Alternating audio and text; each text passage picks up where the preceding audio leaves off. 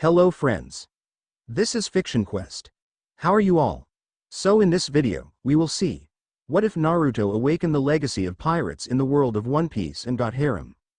But before we start, if you want more amazing stuff like this, then be sure to subscribe to our channel and like this video. Also, if possible, share this video with your friends. Now without wasting any more time, let's begin the story. That was one tough, a bloody and bruised Naruto said, hands and knees on the hard dirt crater that had been their battlefield. Definitely, the Kyuubi said into his head, that was probably the most annoying fight of my life, except maybe the fight with your dad, because that one has the con of me losing. You never know, Kurama, better be on our toes, just for safety. Yeah, I would know, because she gave me this, wouldn't I? Sasuke grunted, gesturing at a large cut on his torso. Courtesy of Kagaya Itsuki 5 minutes ago when she had tried to kill them even if it meant her certain death. Sasuke had avoided death, while Naruto was able to completely get out of the way of the attack, and was able to watch to ensure the persistent died. Sasuke was collapsed on the ground, so he missed it. Naruto got up on his haunches and scrutinized the destroyed landscape that remotely resembled a bowl, watching for any sign of the persistent. After some minutes of tense silence, he finally said, "I think we beat her. I think we beat the annoying hag," he said, doing another 360 looking at everything as Sasuke got up and joined him. What the two saw was the aftermath of the greatest battle in all recorded history. All of the Biju were randomly strewn about on the ground, all unconscious, and some injured, and most of those still alive were safely nestled in the octopus's tentacles, including his friends from Konoha. As he surveyed the place, he squinted because the light of the morning sun finally lit up the landscape as it rose over the horizon.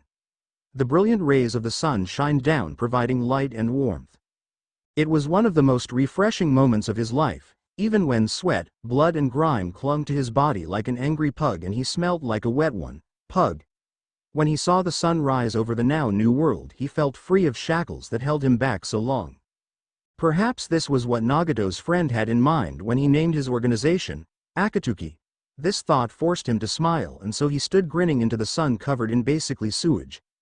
His eyes drifted to his friend standing next to him, and he was both surprised and happy to see that Sasuke was doing the exact same thing he was. "You know," Sasuke started, "I finally feel like I did Itachi justice. He finally got what he deserves, but he isn't here anymore. But at least I don't feel like I have to do any more." Sasuke just sighed contentedly as he gazed at the bright orb in front of him, smile still plastered on his face. "It's going to be a new world now, Sasuke. Something so completely different to what it has been all this time. No more ninjas, no more pointless fighting. This is something different because we finished what everyone started. We're going to lead this world and make it into what it should be. It's a new age, Sasuke, the dawn on the new age." How right and wrong he was. Damn it, Naruto yelled in frustration. Another fish had gotten off his hook, and it had taken his bait too. Naruto sighed. Fishing was just not his thing. Of course, he should know that by now, but hey, what else was he going to do? He was stuck in a small rowboat, in the middle of nowhere. Fishing is a game of patience, idiot, with Sasuke, of all people. "Yeah, you think you're so great because you can catch fish now, huh?" Naruto shot back at him, a moment before a fish the size of his face flew into his face. "What was that?" Sasuke said, smug written all over his face. Naruto scowled at Sasuke. Sasuke glared back. In an instant they jumped backward out of the boat, where they were 10 feet away from one another, standing on top of the water as if it were a smooth glass surface. "Kaden. Gokakyu no Jutsu." Making hand signs, Sasuke yelled, subsequently spewing a massive fireball that had at least 30 feet in diameter directly at Naruto. "Sweden. Mazarapa." Naruto responded, spitting out a wave of water of similar size at the fireball. As the two forces collided and exploded into thick, misty steam that obscured. "Can you only use your favorite jutsu, Sasuke? Try varying a little, maybe? Or are you just too dumb to try something new?" Naruto taunted into the mist as he grinned. Maybe Sasuke's reactions would entertain him some. "I'm the one with the Sharingan, or have you forgotten? I wouldn't be surprised with that brain of yours." Naruto sighed. He had forgotten just how much less it was nowadays. Boredom was A. Wait, but life is A. So that means boredom is a son of A, right? That would make sense. Damn, metaphors can be confusing. Come on, let's get out of here. I'm getting too bored. Naruto said, ending the short fight. That sort of thing happened plenty of times just out of boredom. Kind of like how siblings fight, so they were never serious. They just got sick of each other and wanted to get rid of each other, sort of. Out of where? Onto land, out of the damn sea. Why is there so much sea? You know exactly why. If you want to get out of here, just get in the boat and let's go, Sasuke replied. Futen. Daitopa, Naruto demanded, and a gust of wind dispersed the mist. Ninjutsu sure was handy. Too bad people don't use it anymore. Sasuke and he could do things other people couldn't do without chakra. Speaking of which. Sasuke. Why do we have a boat? Naruto asked, annoyed they couldn't just run around on the water. So we don't seem suspicious. Does it matter? Yes. Sasuke confirmed. Why was he always the one that had to be responsible? Why? Naruto inquired. Because the government would be after us, Dobi. For what? Sasuke sighed. I don't know, just we should stay under the radar, he said. It's the government that we helped create, Sasuke, Naruto argued. But they don't like it, so they're covering it up. Don't you get it? They don't like the past, like us. Naruto frowned. Whatever. Kage Bunshin no Jutsu. Come on guys, row. Naruto ordered his to selves that had popped into existence. Damn, I'm gonna die of boredom. Naruto complained, watching the sea lazily drift by as his clones rowed. It would be nice if you did, Kit. Ah, you don't mean it. Naruto thought at the Kyuubi, just to annoy him, of course. Naruto sighed as he entered his mindscape. A sewer. It was a dark, musky place, water ankle deep in water dripping from the ceiling. The walls, ceiling and floor were all oppressing, dark beige. His mindscape just had to be the most depressing place ever, hadn't it? Does it have to be a sewer? Naruto said, cursing himself as he came out of the tunnels and into a massive room also ankle deep in water. However much you hate it, I hate it 1,000 times more. That much is obvious, Kurama. And is there sand around here too? You always seem to have some in you, vagina. Naruto said as the gargantuan orange, Naruto's favorite part, fox with red eyes, revealed itself from a corner and growled at his for his insult. Yay, don't mind it too much, you're getting you panties in a bunch. A rap came from somewhere in the darkness. That doesn't rhyme. And, will you stop already? Naruto yelled the last part at the equally gigantic octopus bull thing that looked like a Orochimaru creation, also sitting in the massive room that was his. Well, guest room. It could be called that. Sorry, B rubbed off on me a lot before he died. I still haven't gotten rid of the habit yet. The eight-tailed beast, Yuki said, looking as sheepish as a 50-foot-tall bull could. That wasn't too much. Naruto shrugged. Honestly, Yuki didn't do it as remotely near as much as B did, and he didn't need to listen to it anyway. Where are the others? They're sleeping. All of them, Kurama said. Damn, really? Said, kind of surprised. The Eight Tails confirmed it with a nod. Naruto frowned. Even the Biju don't really sleep this much. Well, whatever. He'd let them sleep, it's not like it mattered to him anyway. See ya. Naruto called before retreating out of his mindscape. Bursting to break free even if, are we there yet? Naruto blurted, quickly realizing what he had said and covering his mouth. He hung his head in shame. He had done it after all. All of that determination for nothing. Sasuke groaned. A grown man shouldn't be saying things. Sasuke scolded, but at the downed Naruto, he sweat dropped. It's not that terrible. Yes, it is. I'm a failure as a human being.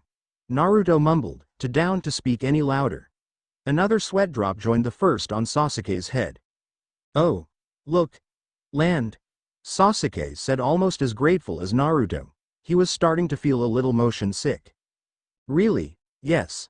Naruto yelled, instantly perking up. Yet another sweat drop formed on Sasuke's head, seeing Naruto's reaction. There was indeed an island.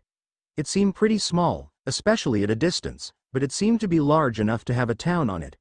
With luck, they would be able to stay the night and eat some. Allll right. Kage Bunshin no Jutsu. Naruto yelled, as 8 other Narutos poofed into the world to join the 2 already there. All somehow equipped with paddles, and at Naruto's yelled command, They started paddling at a furious pace. Sasuke was hanging out of the speeding boat, hanging on for dear life. Damn you, Naruto. Damn you. Sasuke's cursing, unfortunately for him, didn't reach Naruto's ears. Suddenly, they were flying towards two massive doors standing in the water in front of an equally large castle. It was the troubling situation for Naruto. So, he did what came to mind first. He screamed. Sasuke also screamed. Great minds think alike, he supposed. Boom. My head. Headache. Naruto ed, holding his throbbing head. It felt as if a blacksmith was trying to make a sword out of his head. It's your own damn fault. When will you stop acting like a 10-year-old? Sasuke groaned at Naruto. Hey, I don't like the implication of that, Naruto said, offended. He wasn't that bad, was he? Arlong was having a nice day. The deal with the Marines was going without a hitch. The beach chair he was sitting on didn't have any bugs on it. Nami back and was working on maps, and the taxes had come in and everyone had paid. That was the way he liked it best. Contrary to popular belief, he rather not kill people. They were a good source of money. But he did when he had to. He wouldn't be much of a pirate otherwise, would he? Oh yeah, and this margarita was pretty good too, he thought, sipping the mentioned drink. Before something broke the glass with a big boom. That something was a large metal weight. What? Those don't break glass cups by themselves. He slowly turned around, to see two men, one blonde wearing an orange cloak with what looked like black flames licking the bottom, the other in a black cloak with what seemed to be red lightning patterns across it. The one in the black had a bigger than average chikudo strapped to his back. He stared wide-eyed, slack-jawed with his fellow fishmen, at the two people, now bickering, that had broken down their door and even gotten through the wall behind Arlong. Eventually the surprise faded. You pay for this, he yelled at the duo, and much to his surprise, both turned to him and apologized. Gomenasai. And for the second time that day, Arlong stared at the two. What? Huh? Arlong said. Frowning, Naruto said, rather loudly, Gomenasai. Arlong growled. Who are these two to smash his fortress and apologize? Arlong yelled in rage and charged the two men, who were caught unawares, were smashed into the wall, making cracks appear all along the outlines of the two. While both were dazed, Arlong picked them up by their necks, and promptly punted them out of the vicinity of his fortress. He, damn weaklings. For all their boldness, they couldn't do jack. Arlong chuckled, in a sinister manner. They were humans anyway. Hey, no one could beat you, Arlong. Especially not those fools. Hachi, an octopus man said, phrasing his captain. Yeah. Of course not.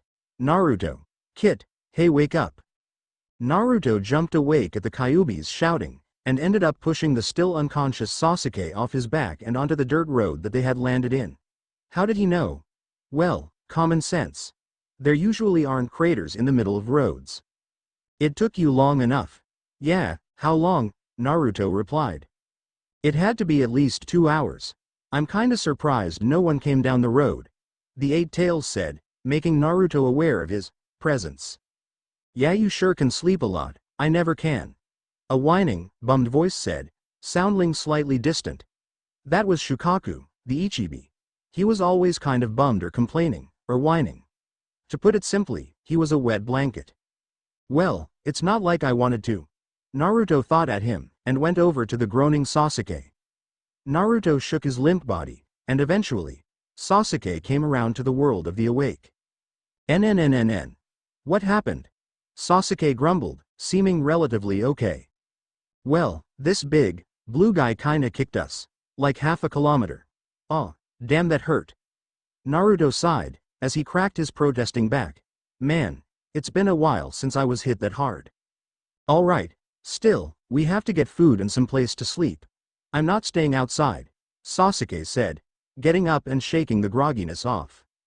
Let's go then, Naruto said, pointing down the road, and starting to limp down it. Naruto sighed. This was going to be a long walk. A few hours later, they finally made it into a village. It seemed small, with houses haphazardly placed in a general line along a main, brick-paved road. Vendors were selling goods on the street and women were buying things, like groceries. It seemed like it should be a normal happy town, but the atmosphere was heavy, and felt like it was pushing you down. Seemingly oblivious, Naruto sauntered down the street to a circular bench, and sat down and sighed. "Oh man, I'm pooped. I hope this place has a hotel or something," Naruto said, with an exhausted face. "Yeah, me too," Sasuke said, sitting down next to Naruto. Noticing another man, a man in a camouflage green military-looking clothes and a pinwheel stuck in his hat, with what looked like scars crisscrossing all over his body, Sasuke assumed. He asked him, "Hey, we're travelers, is there an inn or something of the sort around here?" The man turned and looked at Sasuke with a scrutinizing eye. "Can say there is some, but upon seeing the duo's sad faces, he continued, but there is someone that might let you stay for some money." That would work. They had some money from selling his fish, Naruto never caught any, so they should be fine. Sure. The man nodded and started walking, gesturing for the two to follow. "How'd you get here, anyway? And why?" "We came by rowboat and came here for food and shelter," Naruto replied, walking lazily with his fingers laced behind his head. "What?" the man said, not believing. "Rowboat?" "Yeah," the blonde continued, "we had to catch fish and eat those on the way here." "You mean I caught the fish?" Sasuke interrupted. Yeah, whatever," Naruto said, waving his partner in crime off. "Anyway, it took us wait, you know that they're pirates in the area that probably don't want you here, right?" the scarred man blurted, before realizing his mistake. "But they stay away from here, they don't bother us. He said, nervously. Sasuke narrowed his eyes. Something was going on here. "Really? What's their name? It would be bad not to know their name," Sasuke inquired, trying to pry further. "Okay. Jen didn't see any harm in that. The Arlong pirates." Bingo. Sasuke thought. It was subtle, but it was there. Hatred. Sasuke could read it loud and clear. A glance at his friend told him that he could too. "Here we are," the man said, before knocking on the door. The door slowly creaked open, revealing a blue-haired, rather attractive woman with tattoos all over her body. "Jen-san. What brings you here?" the woman asked to the now identified Jen-san. "These two are travelers, and needed a place to stay.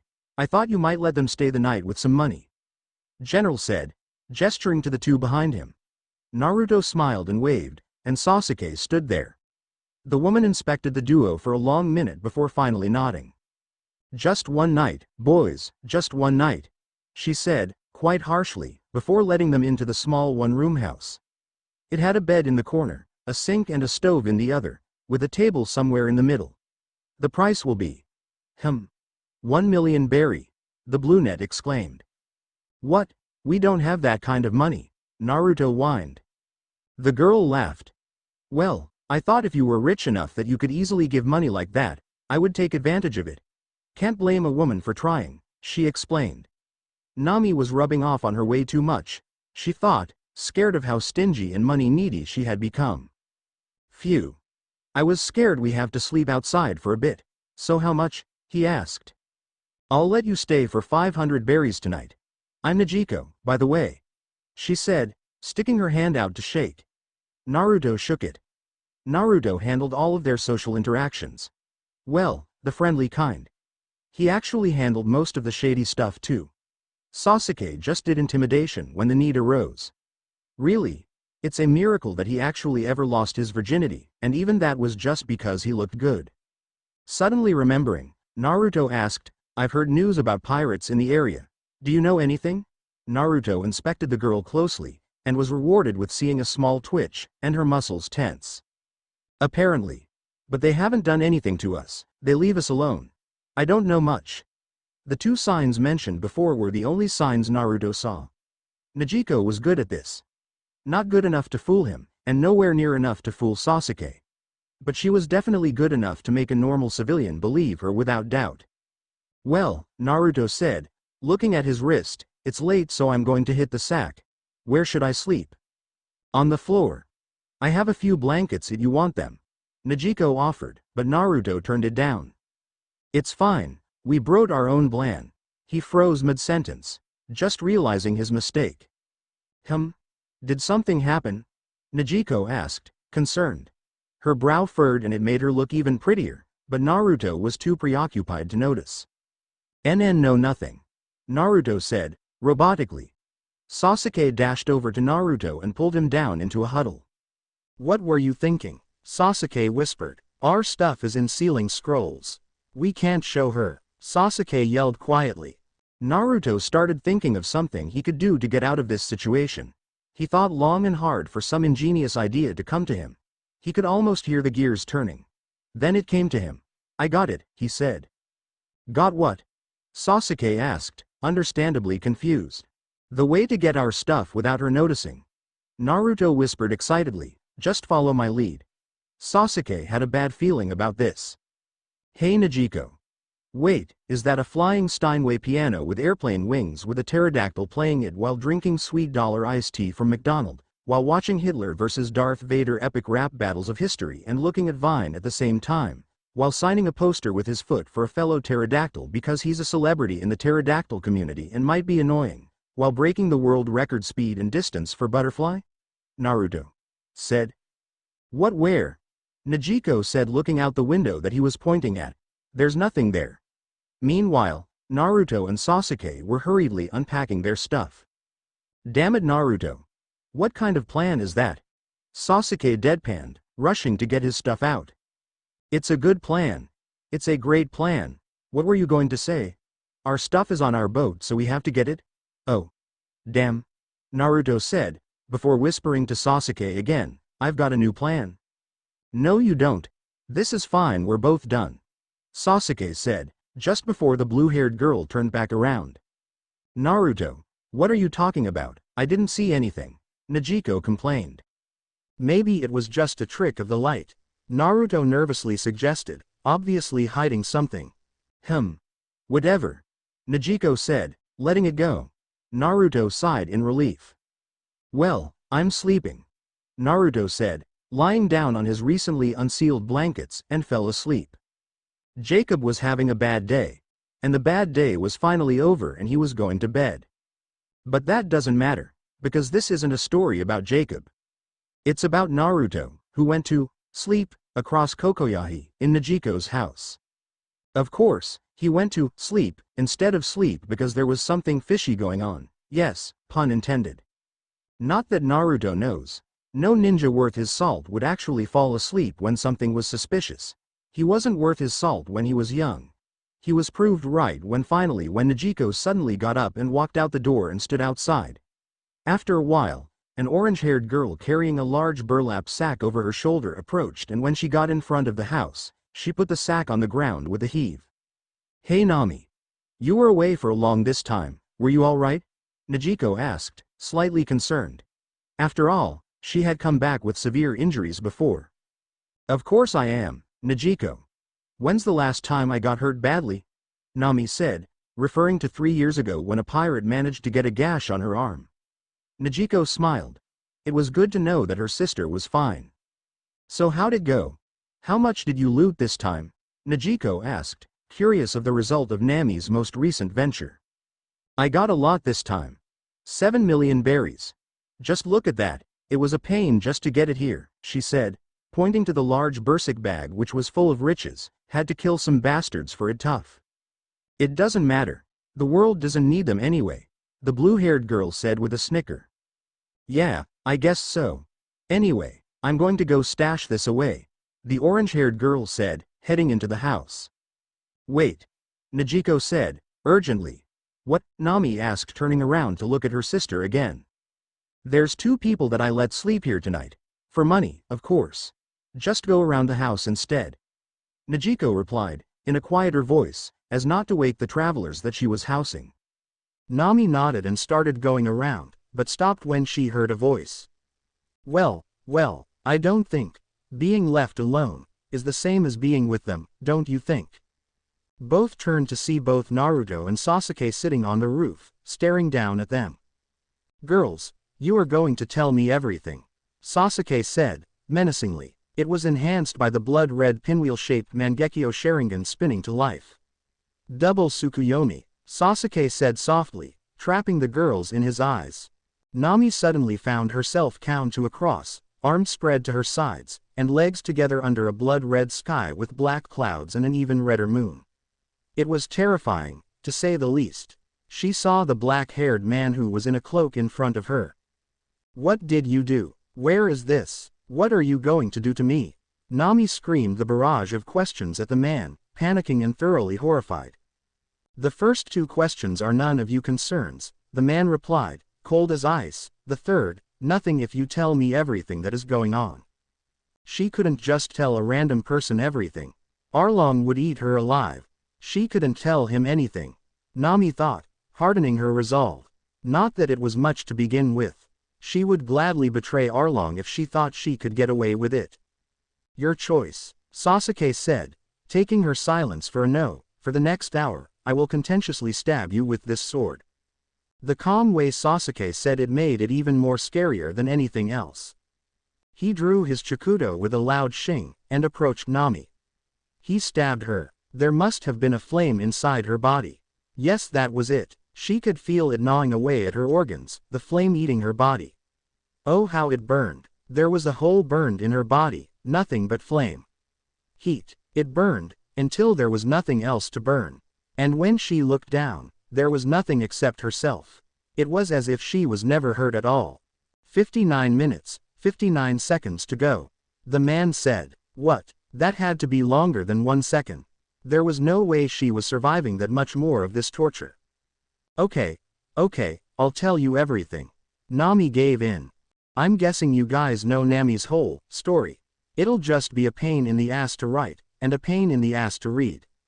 Naruto sighed. Sasuke, you better not do too much. You know firsthand what that can do to people, even if they are pirates.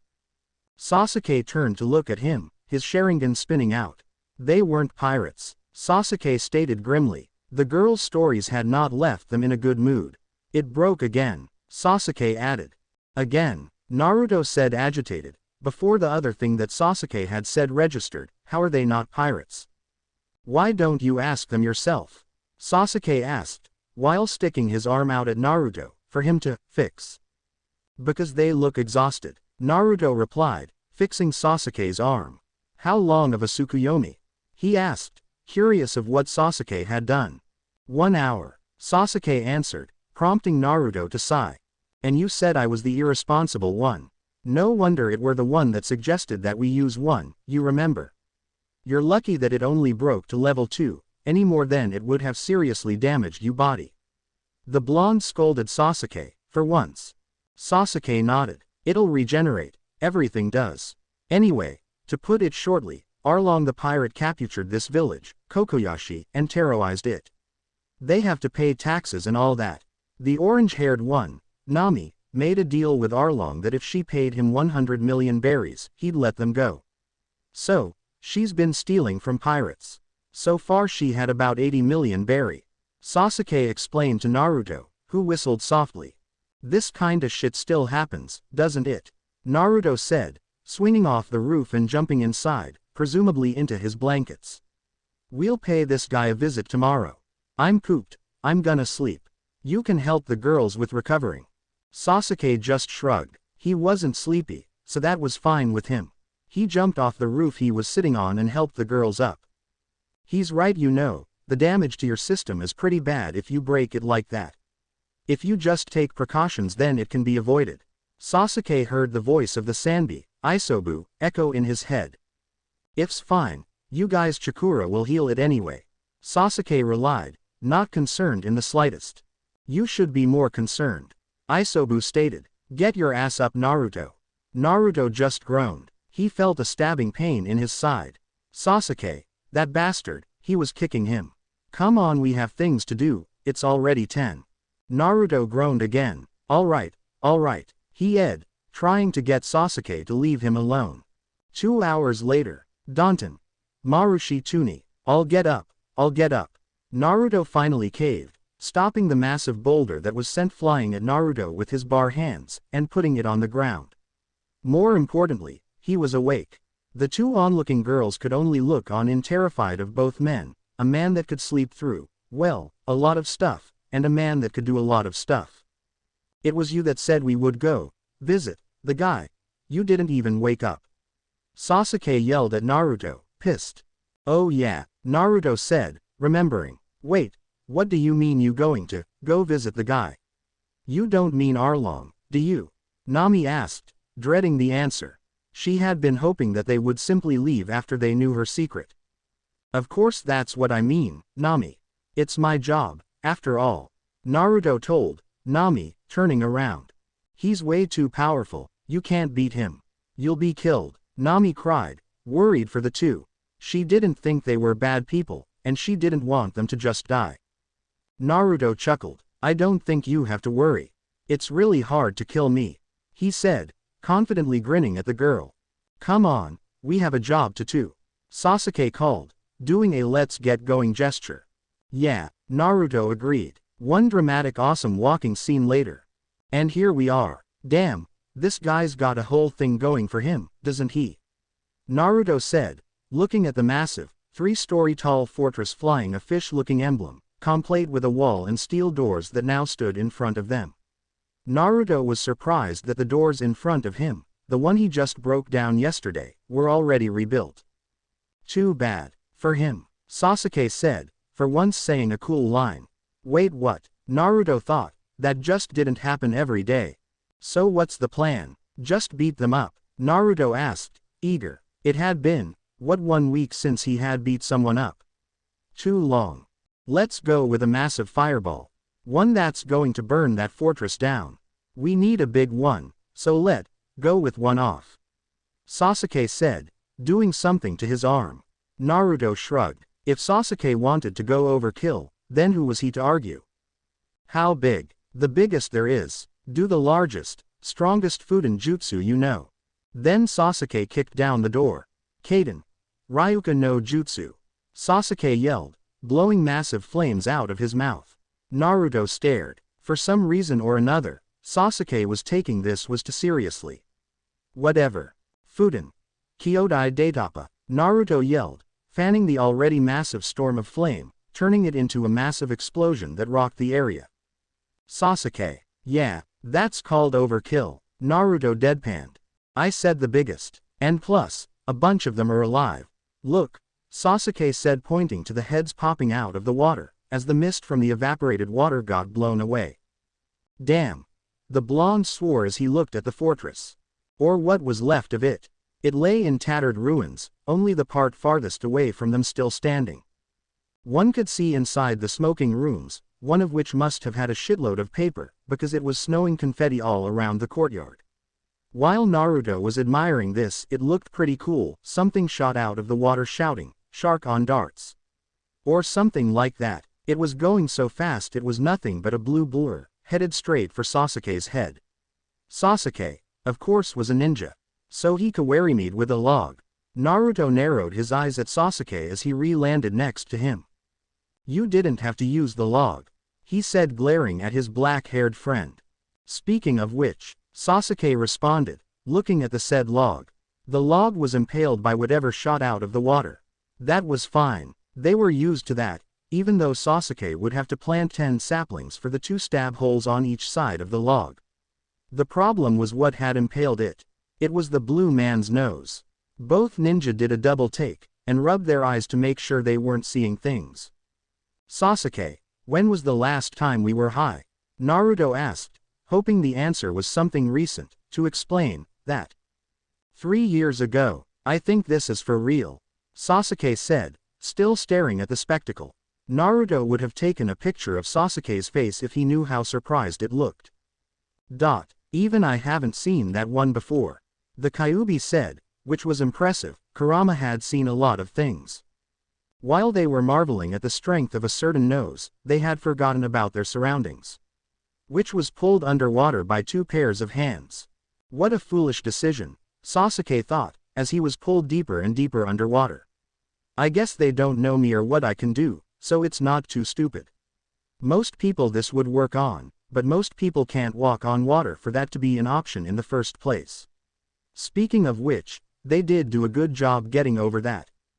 Chidori Nagashi, Sasuke said, sending a massive shock through the seawater which is highly conductive, resulting in his assaulter falling unconscious and letting go of his ankles. As he swam up, he saw Naruto shove his signature move in his attacker's face before swiftly swimming upward. When they surfaced, they nodded to each other, instantly understanding one another, and jumped to land, then strode to the more open area, where the presumed captain of the pirate crew was standing. He was an interesting person, and one that bore frightening resemblance to the shark man of Naruto's time, Kisame. Naruto guessed he had kids after all. With who? He didn't want to know. They're fishmen, Sasuke stated, causing Naruto to look at him with a raised eyebrow. You really don't know what that is? Naruto just nodded. I'm guessing that they evolved from something in the mist, like Kisame. I knew he wasn't all human, he had gills for log's sake. Anyway, they're naturally stronger, faster, and much better underwater. Sasuke explained, exasperated that Naruto didn't know what was supposed to be common knowledge. You, the big blue one with the hard nose, said, apparently finally recognizing the duo. You didn't die, huh? That's not shabby, surviving my punt. I know, it kind of stung, but we had to just sit there and take it because dumb Sasuke here doesn't want to make a scene. Naruto said, blowing a raspberry at Sasuke. Well, it doesn't matter, I will kill you for destroying my fortress. The pirate said before once again, launching at the two. Both easily dodged, and counter-attacked. Sasuke with a knee to the stomach and Naruto somehow getting his heel high fast enough to drop-kick the fishman as he flew by. Arlong was not happy he was hurt by these two men. He shouldn't be. He was supposed to be superior. The two would pay. Arlong roared. He picked up a massive cleaver that had been sitting around and swung it at full strength at the target. His whole arm jarred at the hard, sudden, unexpected impact. The sword was being blocked by the black-haired sword. For a number of reasons, you are not a good influence to this world. By the guardians of this world, you are sentenced to death. Naruto exclaimed before, Rasengan. Arlong would now be stupider, since he didn't have a head anymore. The underlings fled. The two immensely powerful figures were too much for them. But someone else was confident enough to approach them. A man in a white marine hoodie with two appendages that looked like ears and had whiskers that looked nothing like Naruto's. His buck teeth added to the picture so that he looked like a mouse. You know, he was supposed to give me 100,000 berry today as bribe. You two just took that away from me. You're going to be arrested for property damage, he said, eyeing the tower, and murder. He finished, before two men came out with handcuffs. You're corrupt, Naruto said, then looked at Sasuke. Said person sighed, then nodded. That made Naruto grin. If you attack me, the whole government will be after you. The mouse said. Naruto just shrugged.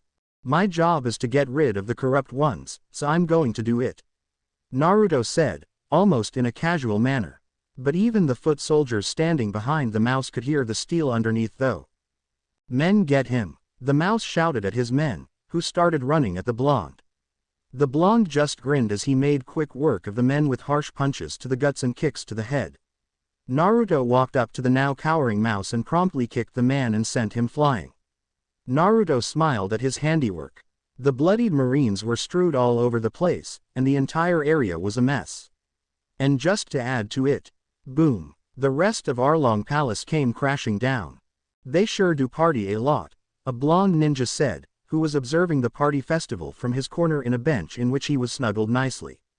And they did. This was the third night of the celebration. People were still shouting, dancing, singing, eating and drinking by the light of the bright festival lamps that glowed under a star-filled sky. It's not that much of a surprise. I mean, these people were being crushed under that blue ass for a tenth of their lives. I mean, what if something like that happened to us?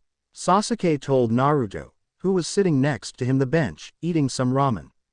Naruto, of course, had finished 10 times more in 10 times less time than he was taking, and for all you math nerds out there, yes, Naruto was eating 100 times faster than Sasuke. Yeah, imagine. Log forbid that ever happens. That would bore me out of my mind. The still mostly hyperactive ninja said, looking up to the sky thoughtfully. You would probably party for half a year and wouldn't be sober for a full one. The Uchiha snickered, since he pretty much called Naruto a drunk. Of course, such things wouldn't work on Naruto. Wow, you actually complimented my on something other than my fighting skills. I didn't know you had it in you, Sasuke. He practically yelled, patting, slapping, a sweat-dropping Sasuke on the back. I'm going off to drink and party some more, so see you later. Sasuke sighed as he watched the retreating back of his friend. He envied him, because Sasuke was always the one that had to plan their things out. He closed his eyes and rolled his head back, so his face was looking straight up. Since they were the guardians of the world or some dumb crap like that, so they had to get rid of evil, their enemies. It didn't really matter if they were evil, make sure the government didn't get corrupt, yada yada yada. So where to next? Their little vacation in the East Blue was nice, it was a very peaceful place. He had enjoyed the past 8 or so years. But they couldn't just sit idle. Apparently there was some big pirate ruckus in the Grand Line, so they could go there. Word was that Roger made some dumb speech before the government killed him, so bunches of people were inspired to become pirates. Damn Roger, he just had to do that, didn't he? Anyhow, that was where they were going next. But that was a hard-to-reach place. How he could get there? He could get a sea stone-plated boat. He heard those work in the calm belt against the damn Sea Kings, but how the hell was he going to get the money for that? He supposed they could bounty hunt, but then they might as well water walk there for all the attention that would get them. And they definitely couldn't fight through the Sea Kings. Even for them, they were irritating, and the belt would take an estimated week for them to fight through. That would also cause a ruckus because those giant things were massive and they would need to use attacks with a big bang. They definitely needed a good boat, though. Last time, after they learned that they couldn't just use a rowboat or something, Naruto built a boat, in 12 hours with the help of 20 or so of his clones. The thing was terrible, and ended up making Sasuke very grumpy. He also couldn't get any sleep because Naruto was banging quite loudly at night, and he could hear right through the walls. They would need soundproof ones this time, so he could get some damn sleep. But first, of course, they needed the money for that. So the everlasting problem, how in the world were they going to fund their ship, quickly, without gathering much attention? Sasuke groaned in absolute frustration and stood up to grab a beer before sitting back down to think. What? He was a man. He needed beer to think too. And once they do fund, where were they going to go? Without a navigator or even a map, they couldn't use the weird canal thing they heard about, if it was even real at all. But where were they going to find a map with instructions to the Grand Line or a navigator? The black-haired man racked his brain furiously for some kind of solution to their problem. Mind if I sit? A feminine voice asked, prompting Sasuke to open his eyes and lift his head. Turned to see the orange-haired girl that he had heard the story from. Sure, Sasuke swore internally. He forgot her name. How could he forget her name? Naruto told him not to because it was rude, and if he did something the blonde idiot said was rude, then he would never hear the end of it from him. It was Nami, a voice inside him said. Internally thanking the Biju for remembering her name, he finished, Nami. She sat down next to him, and after a few seconds of silence, she asked, is there something on your mind? If I can, I'd love to help. After all, I do owe a debt to you. She asked, surprising Sasuke. You owe us about 30 seconds of work, so don't worry about it. He said with an uncharacteristic chuckle. He didn't do it much because when he tried, Naruto said. Orochimaru must have rubbed off on Sasuke, which he was not too happy about. But he thought he pulled a normal-sounding one off this time. Well, if you don't care, do it for me. I don't like the feeling of owing someone. She replied, frowning a little. All right, I guess I could tell you, he started, and continued to tell Nami about his troubles. We're trying to get to the Grand Line. At this point Nami gasped, and solve some problems there. The problem navigator to get us there at least and guide us, or a map to get there by worst. I have no idea where to get any of those, and to top it off, we're probably going to have to be fighting pirates all the time. A nice vacation, huh? Suddenly, she said, can I go with you? Huh, what did she mean?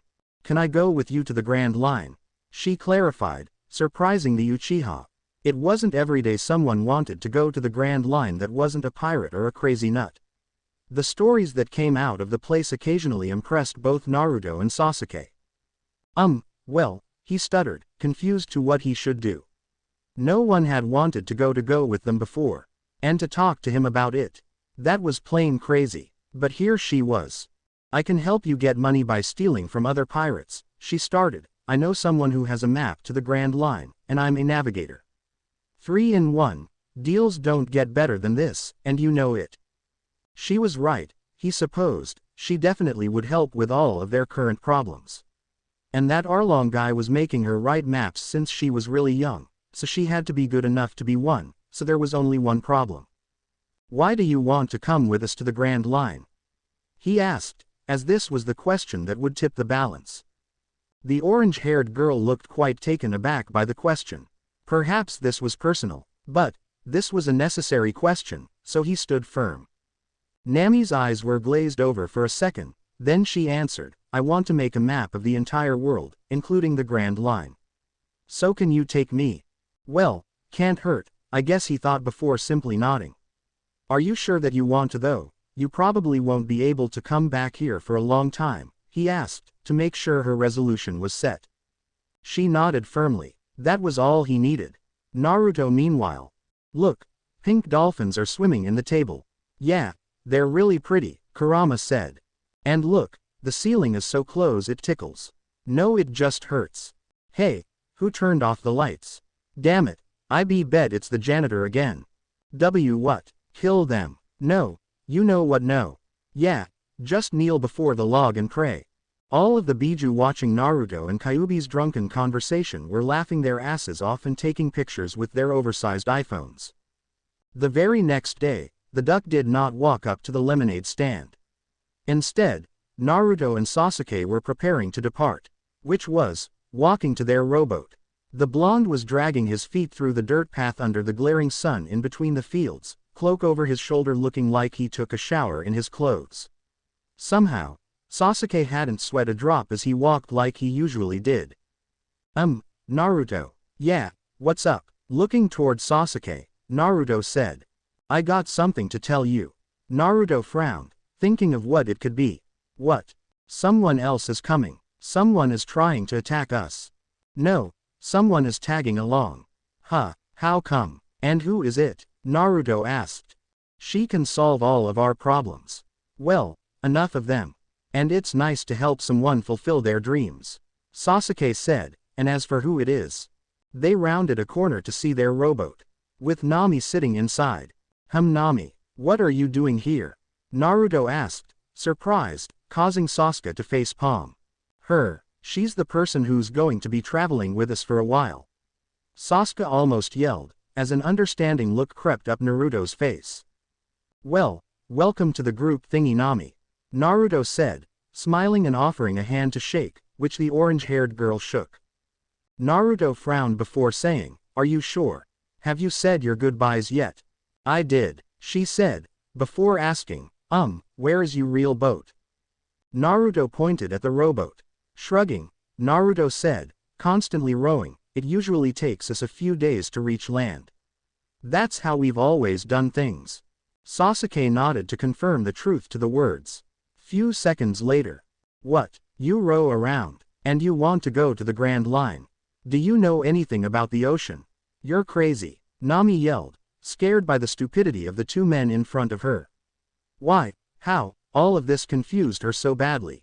All right, we're going now, Naruto claimed, before he pushed the rowboat off the land and jumped in. Sasuke jumped in after him. Naruto did his signature hand sign and poof. To beings made just to row. Row, slaves, Naruto yelled cruelly at himself. Nami was currently having a heart attack. What but they're 3 Narutos. What, am I seeing things? Is it because of the heat? What? Calm down, Nami, Sasuke said calmly, as he explained, he can do that. That's an ability he has. He can create clones of himself. Still hyperventilating, Nami looked around again, and promptly fainted. Damn, Nami woke up to find herself wet, and rocking back and forth. No, all you dirty minds, she was not. She was at the bottom of a rowboat of all things, in the middle somewhere in the deep blue. So that was not a dream. All of that, being free finally from Arlong with the help of those 2 men, which she decided to go with, which may have been kind of dumb, because they were awfully so.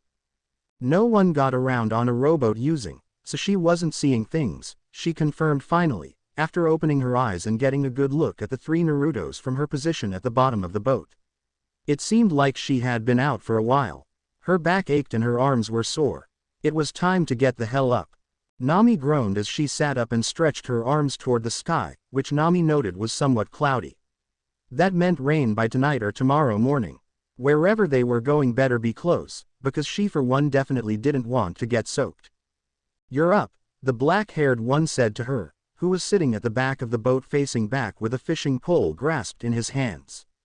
"You were out for a while after fainting," Sasuke continued with a slight snicker, who found it funny that someone would pass out from that technique not because there were 20 Narutos punching you in the head, but from surprise. But then again, these people don't know anything about ninja, chakra or world history for that matter. How people had been bereft of everything they had in their time. It was so they can't fight and make wars, they said. So they wouldn't want more, they said.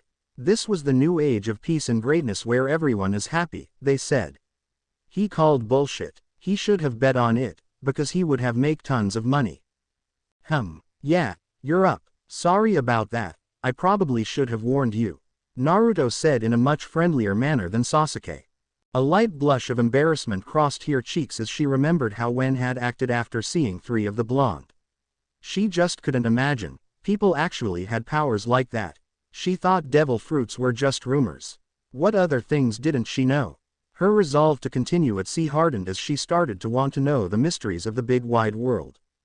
Meanwhile at Kokoyashi, she could have at least personally said goodbye, Nojiko mumbled as she wiped away the tear that was blurring her vision. She sat in her one room caught clutching the note that Nami had left behind. That would have been nice. I didn't think she would leave so soon, but I knew that she would have to sometime. She's too big of a person to be cooped up in this small town. I always say, but you two really grew up to be her kids. She couldn't stay here either. The scar-covered general said, equally sorrowfully. He too wanted to at least say a proper goodbye. And I thought she would take the money, at least some of it, but she left it all here. For rebuilding Kokoyashi and the other villages, I bet, Jen said, eyeing the bulging sack of money. She had close to 91 million berries in there. She could have paid out pretty soon. Not that I'm not glad those guys came and beat the crap out of Arlong, but they didn't have to. The brunette said, eyes still unfocused and tearing. Bah, you really think that Arlong would have held to his promise? She was his greatest tool at that point, I bet. When some of them came by, I overheard how Arlong got pissed when there was a false report of her dying. He wouldn't have let her go, just because. Jen stated confidently as he idly spun the pinwheel stuck in his hat. It's time to go tell Belmere-san. Both people kneeled in front of a largish wooden cross stuck in the ground on the tip of an overhang over the ocean. You think she would have been happy? Nojiko asked softly. She would have been happy with almost anything you had done. You really should have seen her, half dead in a rowboat carrying the two of you, Jen said, like any true mother should. Naruto cursed the man that decided to declare this classy. If one were to go by the clothes that Naruto was wearing right now, then it would be safe to assume that uncomfortable clothes were classy. Unfortunately for the blonde, this was true since before he was born. It was one of those things humans did. In particular though, the tight-fitting slacks he was wearing were the most uncomfortable of all because it was giving him a good old wedgie. And, like all clothed-induced wedgies worked, every move that he made just made his underwear hike up higher. This was bad for Naruto as he was currently dancing with a pompous dress-clad Nami. The heels of his borrowed shoes clicked on the dance floors as he and Nami made their way around the fat rich rolling about to the tempo of the classic music currently coming from the band on the stage of the large high-ceiling dance hall. Nami, he hissed, keeping his voice down as he leaned in to talk to her, how much longer are we going to keep on doing this crap? I don't think I can take much more before I explode. They had been doing the same thing now for some time. They would find a rich-looking cruise ship, find their way on and get someone's stuff, look rich and hopefully be invaded by pirates so they could take the pirates' treasure while they were raiding the ship they were on. The key word there was the word hope though. So far they had no luck and Naruto was starting to doubt the self-proclaimed pirate burglar. Plus, Kurama was bloodthirsty for action, the octopus was rapping out of boredom, and the insane rat was throwing a tantrum. It shouldn't be much longer. Our bad luck will run out soon enough. she responded in a whisper, and as if she had jinxed it, the ship started rocking wildly. And there it is, she said triumphantly, as some sailors burst in through the doors and announced that pirates were invading. Of course, people being people, started panicking, running and screaming.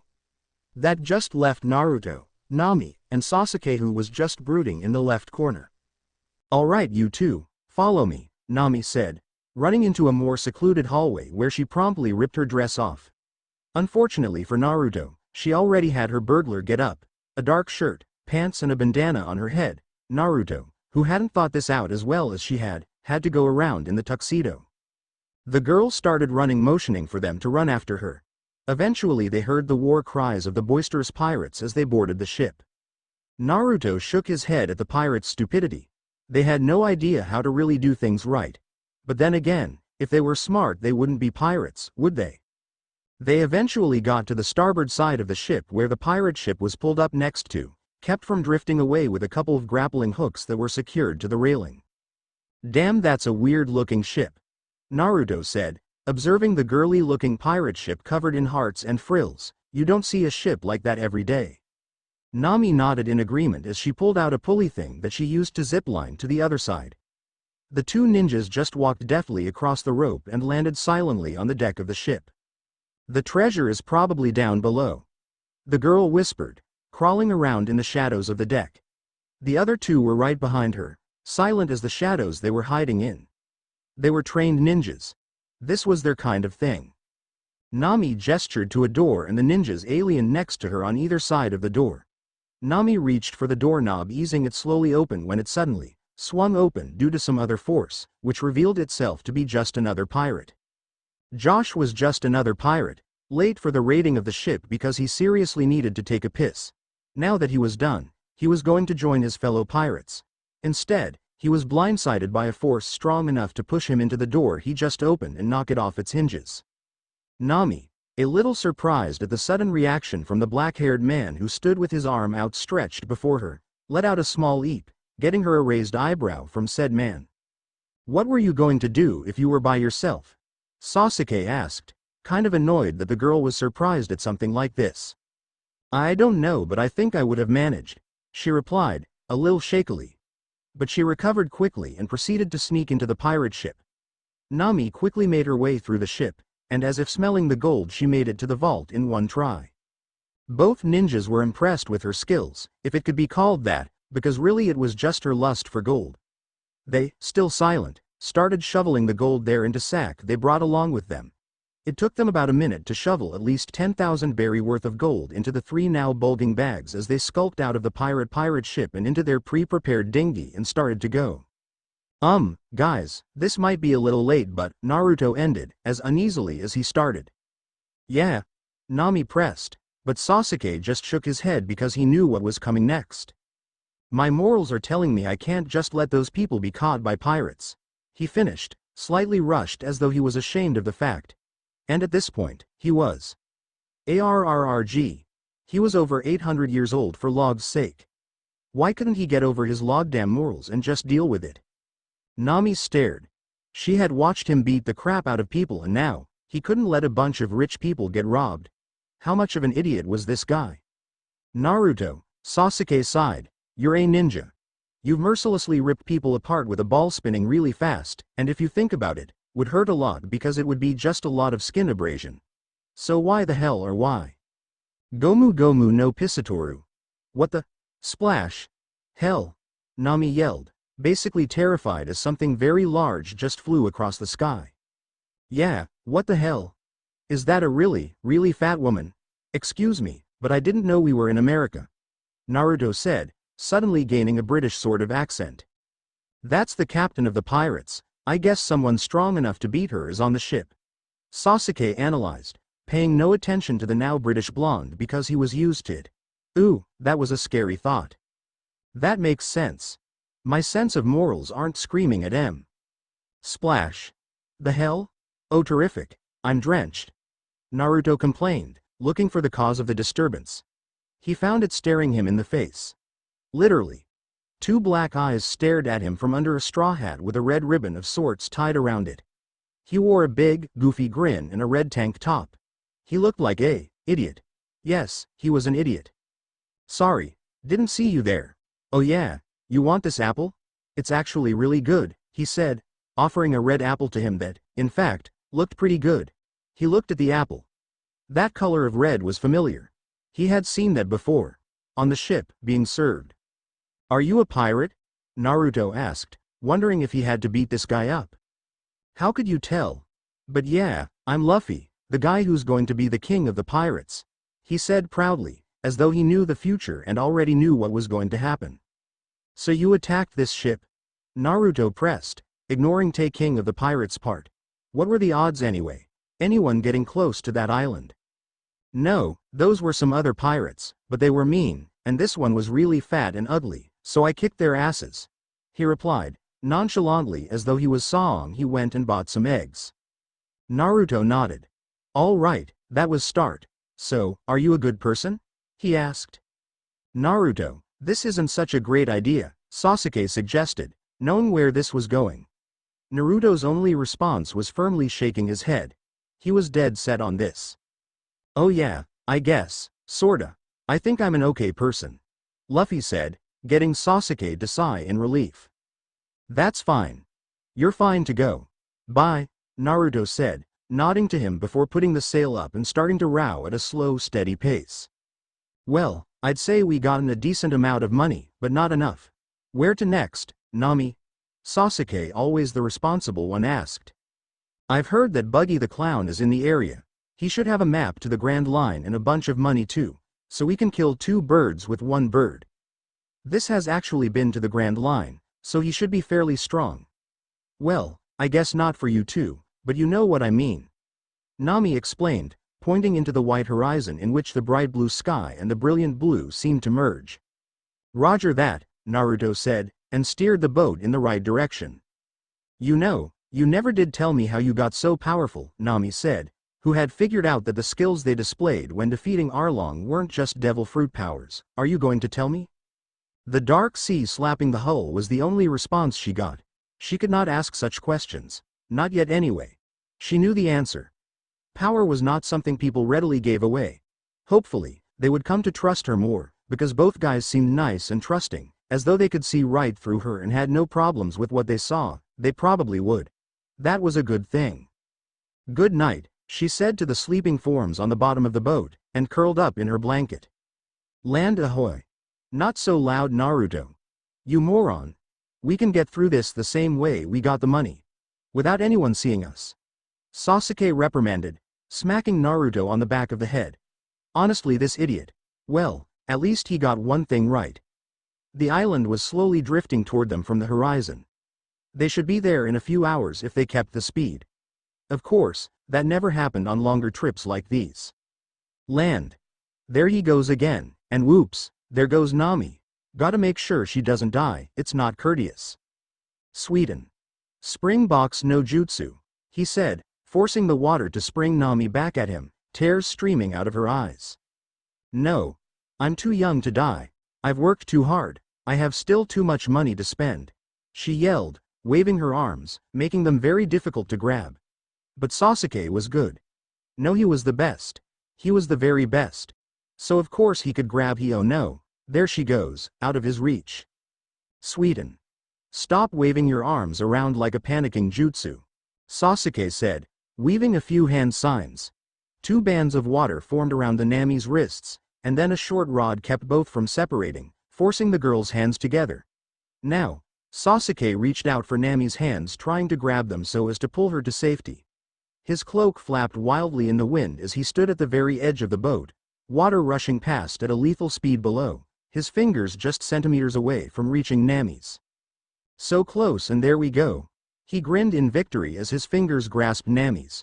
Why was he in this situation? Oh yeah, Naruto. Whatever, they should be on land soon, so the boat will stop soon enough. Speaking of which, when did the boat escape from under him? Oh, crap. He stated, the word of a man who realized he's screwed and there is nothing to be done about it. Well, he'd survive.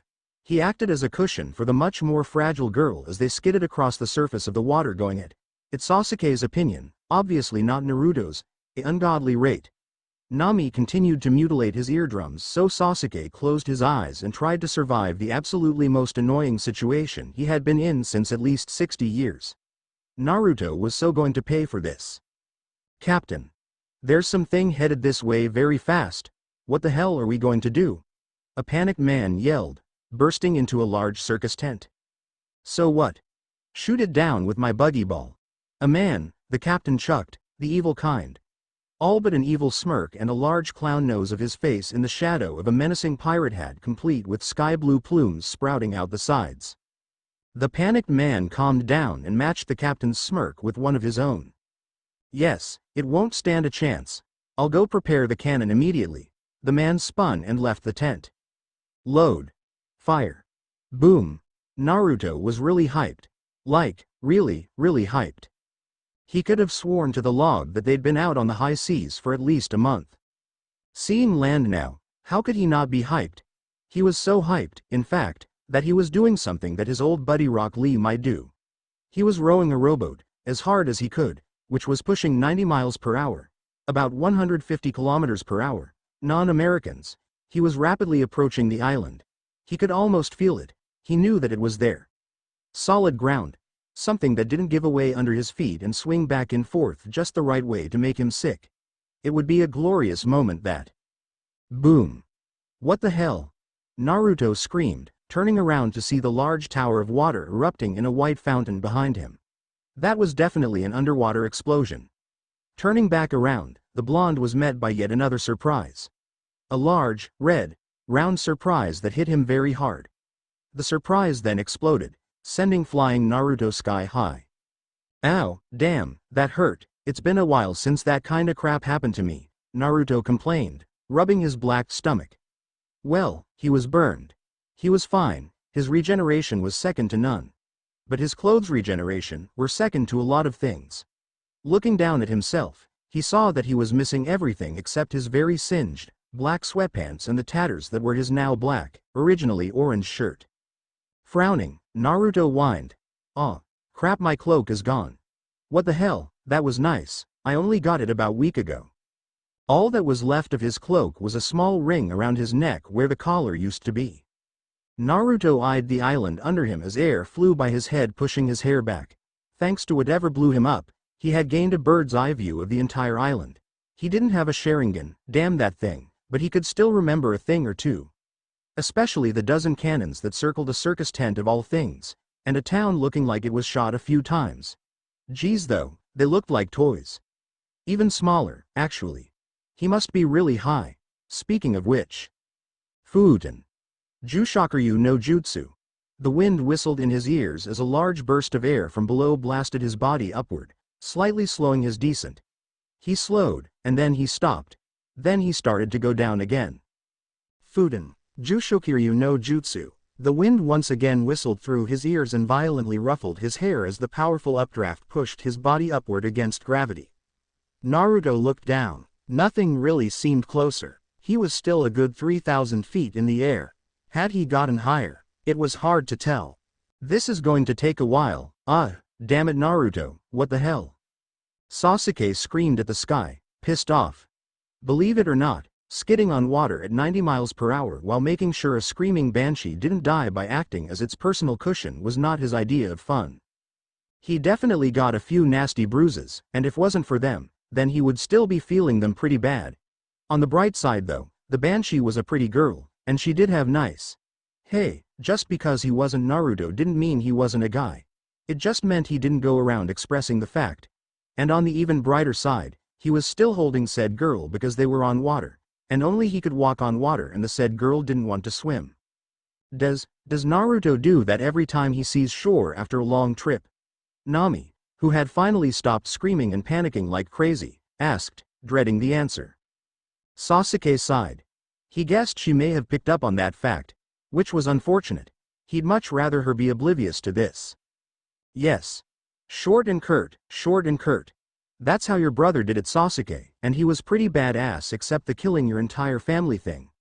Sasuke told himself, putting on a mask of emotionlessness. He couldn't pull it off as well as his brother, but he thought he was pretty good. No. You've got to be kidding me. There's no way I can survive. and we're stranded on the middle of the ocean," Nami screamed, interrupting the ninja's inner monologue. "You'll get used to it," Sasuke replied, trying to get the girl to stop butchering his eardrums. Surprisingly, it worked. Sort of. Now Nami was screaming so loud that he could no longer feel his eardrums, and therefore, didn't matter if the banshee was screaming. Sasuke peered at the horizon. Thankfully, the glaring sun was behind him, so he didn't have to burn his eyes out by trying to look that way. It was still really bright though, because of all the sunlight reflecting off of the water. The island was pretty far away. This walk was going to take 2 hours, 36 minutes and 42 seconds, approximately. Well, he thought he was closer. Probably. He let himself fall far enough, right? The island looked a little bigger now. He could make out that big building. Kinda.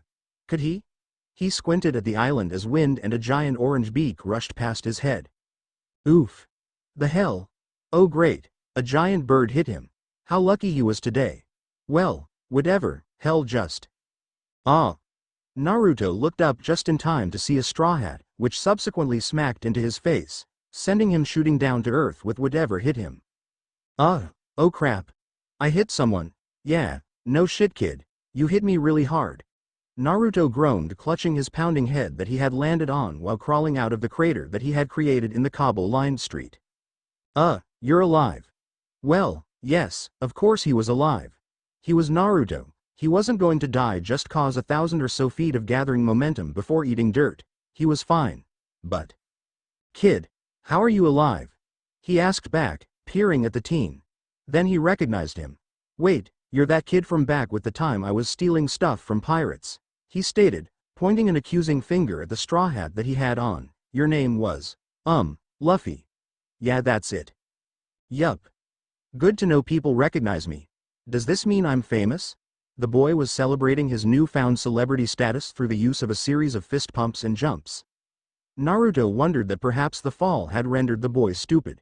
Speaking of which. Hey kid, are you a devil fruit user? Naruto asked, narrowing his eyes at the teen. It seemed likely. Most people couldn't survive falls that big and barely get hurt. A massive grin spread across Luffy's face as he nodded and said, I ate the Gomu Gomu no mi. I'm a Gomu guy. Luffy proved this by grabbing his own cheek and stretching it to the point of it being impossible by any normal standards. That explained things. What are you doing here? Actually, what were you doing really high in the air? Naruto pressed, genuinely curious. It wasn't every day that he found someone this interesting.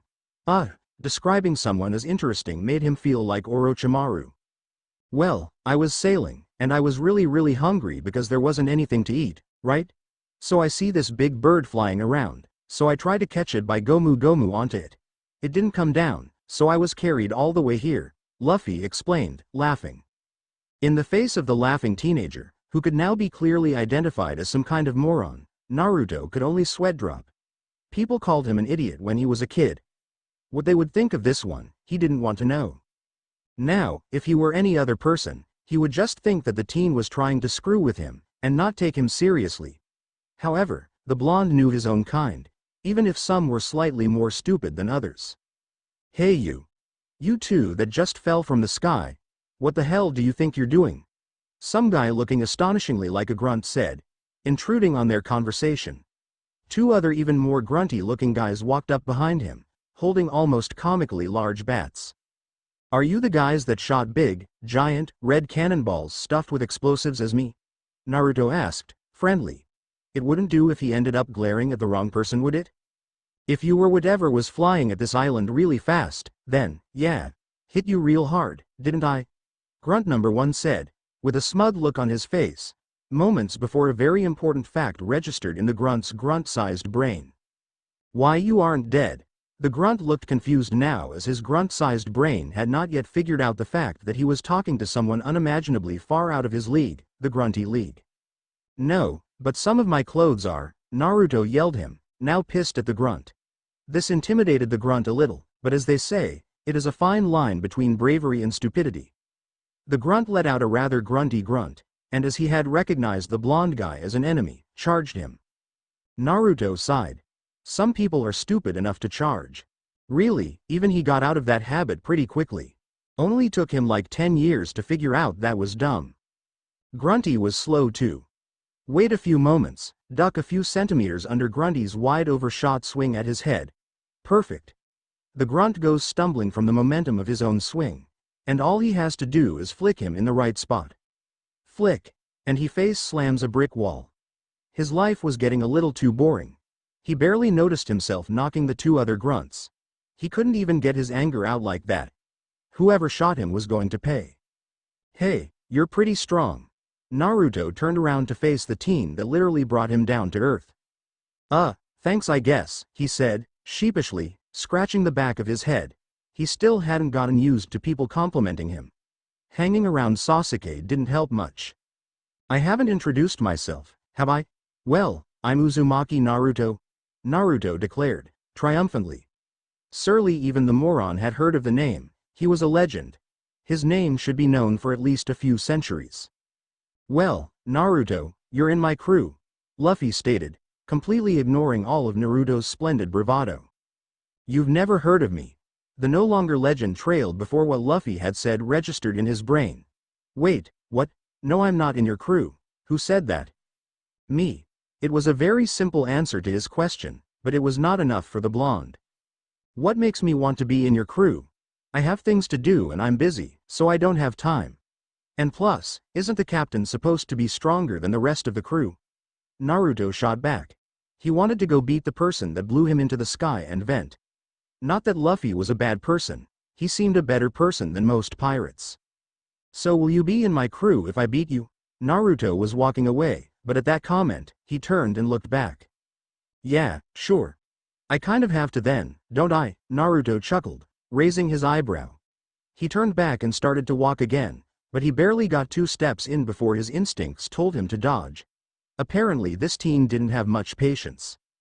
Naruto leaned his head to the side and let the fist zoom straight past him. The kid really wasn't lying when he said he could stretch. That arm was probably 40 feet long. But that wouldn't make much of a difference.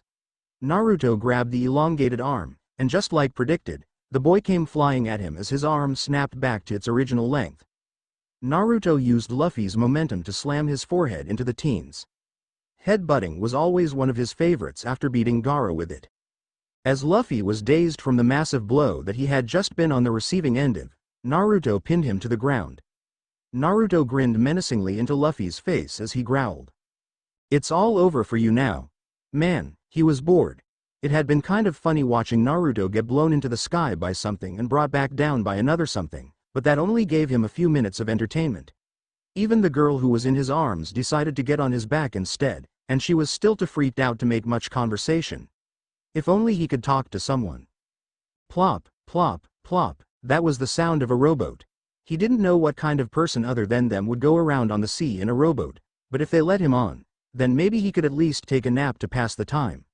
If they didn't let him on, then the results would be the same, so it was a win-win for him, but he couldn't be caught walking on water. Kachiyose. Kawarimi no Jutsu, Sasuke said, summoning a log and standing on it. Where did that come from? The girl on his back said. She sounded like she was going to freak out again, so Sasuke calmed her down.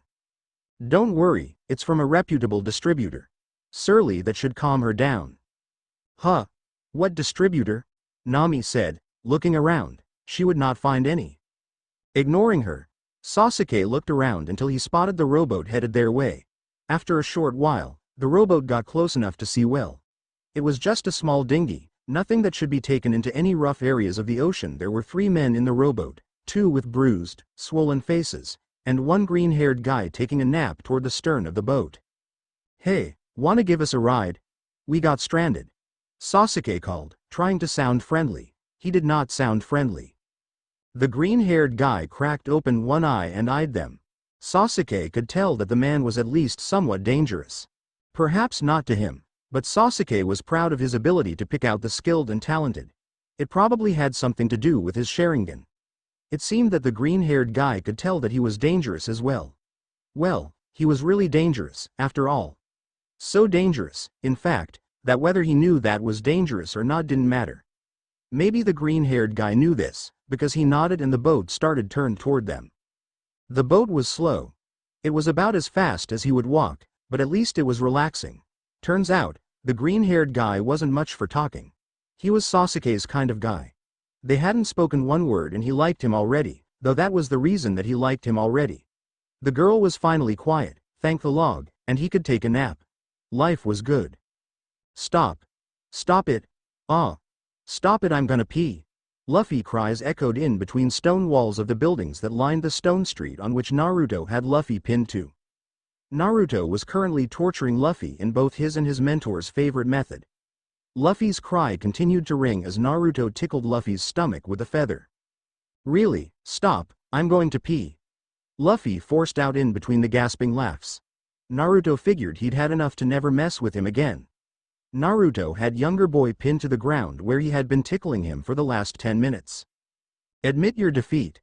Naruto told him in a dark and ominous manner. Never, he gasped, but after facing a particularly intense round of tickling. Okay, stop. I admit my defeat. I admit my defeat. The blonde nodded his grinning face and he stood up off a panting Luffy, who laid exhausted on the ground. The end. Now we will see you in the next video.